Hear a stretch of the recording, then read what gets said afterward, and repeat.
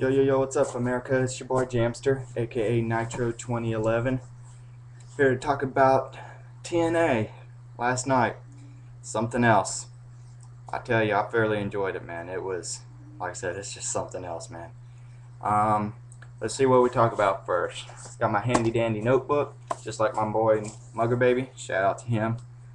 Let's talk about the Ink Inc. versus Beer Money coming up at the next pay per view. That's going to be interesting. In the wrestling world, usually it's villain versus good guy, babyface versus heel. Um, every now and then you'll see a heel versus heel, but I don't quite remember ever seeing a face versus face. I mean, sometimes you'll see promos and stuff like that, but before the match actually starts, um, one of them always turns heel. So, um, Beer Money, they're known for being heels, but they just made the transition to babyface. So I really don't think that they'll turn heel. If either team turns heel, it would be most likely it would be Ink Inc. As far as the match go before that promo, Gunner and Murphy had no chance. They just started, and not many people even know who they are.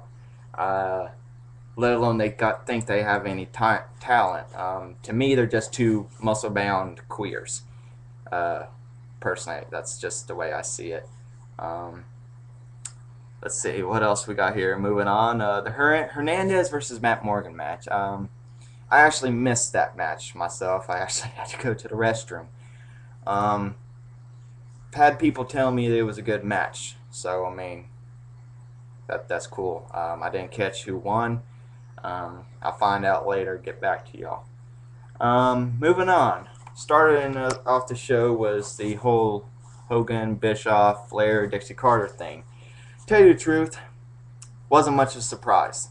Um, Dixie Carter, like Hogan said, I mean that might have been just storyline, but Dixie Carter just provides the money.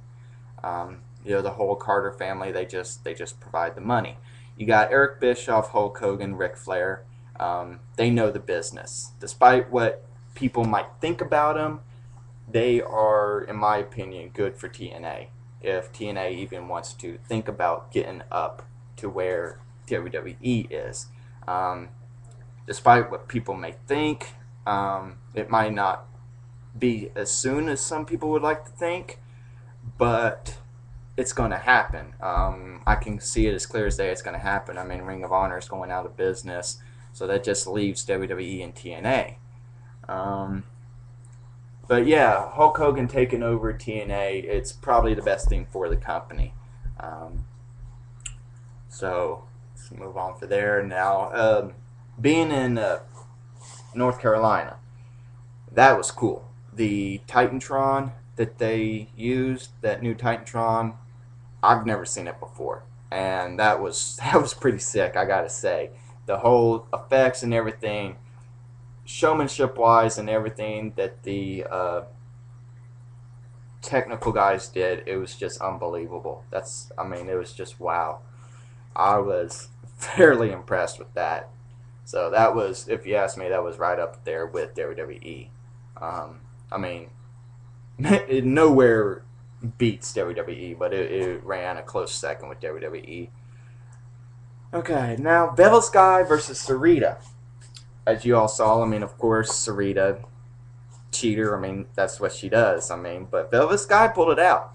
And despite the cheating from Sarita and her little cousin, I mean, I don't even think she's old enough to be wrestling. But, I mean, Velvet Sky showed some real skill. I gotta say, I mean, she's not just some hot blonde. She can actually fight. So, I mean, kudos to her. Now, the Jarrett versus Angle thing. A lot of people, including myself, were disappointed with that. Now, I laughed when Kurt threw his ex-wife into the cake. I thought that was funny. I'll admit, that was funny. But overall, I see that as a situation that mimics the whole Kane and Lita storyline that WWE did back in the early 2000s. The only difference that I see is the fact that Kurt Angle couldn't get rid of Karen Jarrett quick enough, whereas Matt Hardy, didn't want to let Lita go. So that's the only difference I saw. I mean, I was a little surprised when Kurt pulled out the axe. That was something else. I mean, it's just he threw some of his own twists in it. I could see that, but for the most part, it was a WWE copy, nonetheless. Now the Big Papa Pump versus Rob Terry. That was a short match. That made Rob Terry look like a bitch. I'll just say that right out there. That it made Rob Terry look like a fucking bitch. Um, the guy is 10 times the size of Big Papa Pump. Regardless of how it ended, I mean, I'm happy that Papa Pump won. I mean, you got to root for him. I mean, he's a living legend, man. He is. But the fact of the matter is, Papa Pump dominated Rob Terry. The match should have gone longer than it did. Um, it should have, because like I said, Rob Terry is just 10 times the size of Papa Pump, man. I mean, Papa Pump doesn't look nearly even remotely close to what he used to back in the 90s, early 2000s.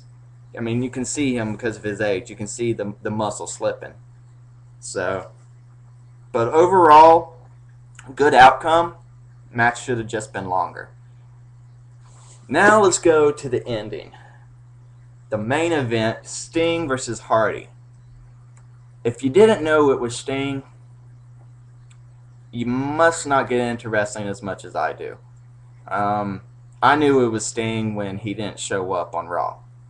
I was one of the few people that was hoping that he would show up on Raw. I thought it was more plausible for him to go to WWE than TNA because of the words exchanged between him and Dixie Carter behind scenes, not just on screen. If people don't know, they actually had a fight. Sting and Carter did. But nonetheless, Sting showed up in TNA. My friend Mugger Baby brought up to me that he threw in a mixture of his surfer days with his current crow attire, which was really interesting. I gotta say, I'm not sure if many people remember that the jacket he wore last night, he wore something like that before. I'm not sure if it's the same jacket or not, but I've seen something like that before. He's worn trench coats rarely, but he did wear a couple of trench coats when he was the surfer character. But overall, exciting match. I mean, 3 Scorpion deathlocks with one of them being off the top rope. That very impressive. I didn't like, however, Jeff Hardy getting out of the Scorpion deathlock. I didn't like that. I thought that should have been the finale. I thought it would have been hilarious to see the Hardy, tap out, which, of course, I'm not going to do that because I don't think Jeff's ever tapped out. He's been pinned numerous times, but I don't think Jeff's ever tapped out, per se. But overall, awesome outcome. Love seeing Sting debut TNA champion. Awesome. TNA is a lot in the sense like WCW when it comes to title defenses. They're not ashamed to do title defenses during the week, whereas WWE, you're lucky if you get to see the Divas title or something like the United States defended during the week. The title that they defend the most during the week is the tag team titles for WWE. So I mean that's not that big of a deal because of that. But with TNA, the way they do things, it highly resembles WCW, and I know a lot of people put that down, but I like it. This is coming from someone who watched WCW when he was a little kid. The only people I knew of in WWF at the time were the most popular ones, like Steve Austin, Rock, DX, New Age Outlaws, people like that. I didn't know who D'Lo Brown was until Invasion. And then I saw who he was. I was like, cool. But that was just because I watched WCW as a kid. knew of WWF but never watched it. So, but overall, awesome outcome for TNA. Want to give a shout out to my friend Mugger Baby. You know, he's a good friend of mine. Stuck up for him last week. Check out his videos. He's got some good videos. He gets a lot of shit for his videos, but you know, he's an opinionated person, just like myself. But just want y'all to remember, some of y'all love me, some of y'all hate me. I guarantee you, none of you will forget me. Peace.